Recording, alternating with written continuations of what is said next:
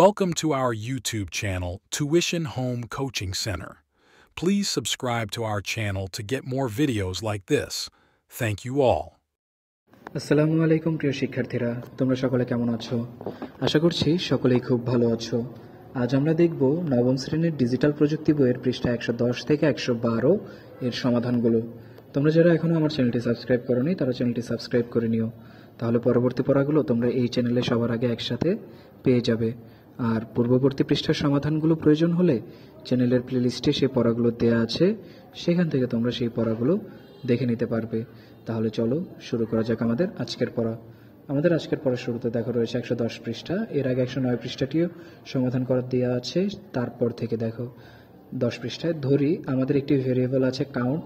কাউন্টের মান যদি 5 রাখতে চাই তাহলে প্রোগ্রামে আমরা লিখব কাউন্ট ইকুয়াল 5। এরপর এই মানটি প্রিন্ট করতে লিখব প্রিন্ট কাউন্ট। তাহলে নিচের প্রোগ্রামটি আমরা যদি লিখে রান করি count equal 5 print bracket count, আমরা নিচের মতো আউটপুট পাবো। এখানে তোমাদের একটি স্ক্রিনশট দেখানো আছে, অর্থাৎ কাউন্ট ভেরিয়েবলের যে মান সেটি প্রিন্ট করা হয়েছে।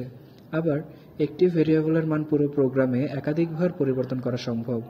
ভেরিয়েবলের মধ্যে নতুন মান অ্যাসাইন করা হলে আগের মান মুছে যায় ও সর্বশেষ অ্যাসাইন করা মানটি জমা থাকে। নিচের প্রোগ্রামটি যদি রান করি আউটপুট তাহলে কি হবে? আউটপুট দেখো কীরকম হতে পারে। Value now equal 1 print value now, value now 2 equal to print bracket value now equal 3 print value now bracket। এরপর 111 পৃষ্ঠায় দেখো এই প্রোগ্রামের আউটপুট হবে 1 2 3, অর্থাৎ নিউমেরিক্যাল নাম্বারগুলো যেগুলো দিয়েছি আমরা সেগুলো। লক্ষ্য করি উপরের প্রোগ্রামে একই ভেরিয়েবলের ভ্যালু নাওকে আমরা বারবার প্রিন্ট করেছি, কিন্তু এক এক সময় ভেরিয়েবলটির ভেতরে জমা থাকা তথ্য ভিন্ন ছিল, তাই প্রিন্ট করার পর ভিন্ন মান পেয়েছি। আবার ভেরিয়েবলের মধ্যে সব সময় একই রকম তথ্য বা ডেটা আমরা জমা রাখি না। যে তথ্য জমা রাখবো সেটি কেমন তথ্য তার উপর ভিত্তি করে কয়েকটি তথ্যের প্রকারভেদ বা ডেটা টাইপ আছে। যেমন ইন্ট ভেরিয়েবলে আমরা পূর্ণ সংখ্যা জমা রাখতে পারি। পূর্ণ সংখ্যাকে ইংরেজিতে ইন্টিজার নাম্বার বলা হয়, তাই ভেরিয়েবলের পূর্ণ সংখ্যা জমা রাখলে তার ডেটা টাইপকে বলা হয় ইন্ট সংক্ষেপে, যেটাকে আমরা বলি ইন্টিজার।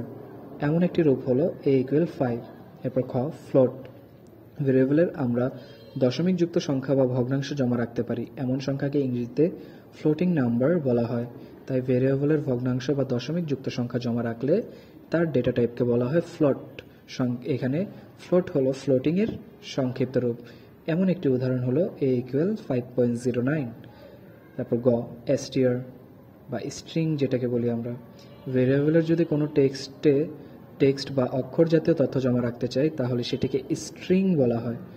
আর এই ধরনের তথ্য str ডেটা টাইপের অন্তর্ভুক্ত। এখানে str হলো স্ট্রিং এর সংক্ষিপ্ত রূপ। আমরা ভেরিয়েবলে যে টেক্সট দেখতে চাই তা সিঙ্গেল কোটেশন এর মধ্যে জমা রাখবো। এমন উদাহরণ নিচে দেখো, a equal c, b equal this is a string variable. Bool কোনো ভেরিয়েবলে যদি সত্য অর্থাৎ ট্রু অথবা মিথ্যা অর্থাৎ ফলসকে তথ্য হিসেবে জমা রাখতে চাই তাহলে সেটি হবে বুলিয়ান তথ্য। এ ধরনের তথ্যকে বলা হয় বুল ডেটা টাইপ তথ্য। এখানে বুল হলো বুলিয়ান এর সংক্ষিপ্ত রূপ। বুল ডেটা টাইপ দুটি মাত্র তথ্য রাখা যায়, ট্রু অথবা ফলস। এমন উদাহরণ নিচে দেখো, a ইকুয়াল ট্রু। এরপর 112 পৃষ্ঠায় আমরা 4টি ডেটা টাইপ জানলাম, ইন্টিজার, ফ্লোটিং, স্ট্রিং, বুলিয়ান।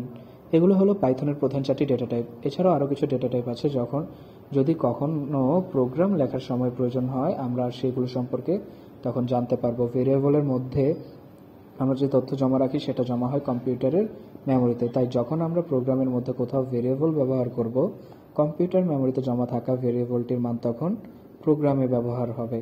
মজার জিনিস হলো কোনো ভেরিয়েবলের ডেটা টাইপ কোনটি সেটি সহজেই বের করা যায় টাইপ ব্র্যাকেট এর মাধ্যমে। আমরা যদি একটি ভেরিয়েবলকে টাইপ ব্র্যাকেট ফাংশনের ভিতরে রেখে প্রিন্ট করি তাহলে ওই ভেরিয়েবলের ডেটা টাইপ পেয়ে যাব। যেমন নিচের প্রোগ্রামটি যদি রান করি মাই ভেরিয়েবল ইকুয়াল 23.07, এটি একটি আমরা বুঝতে পারছি ফ্লোটিং নাম্বার। প্রিন্ট ব্র্যাকেট মাই ভেরিয়েবল, এখানে প্রিন্ট টাইপ মাই ভেরিয়েবল, আউটপুট পাবো 23.07 প্লাস ফ্লোট। অর্থাৎ আমরা বুঝতে পারলাম মাই ভেরিয়েবল নামক ভেরিয়েবলের কাছে জমা করা তথ্য 23.07 এবং এটি একটি ফ্লোট ডেটা টাইপের অন্তর্ভুক্ত ভেরিয়েবল।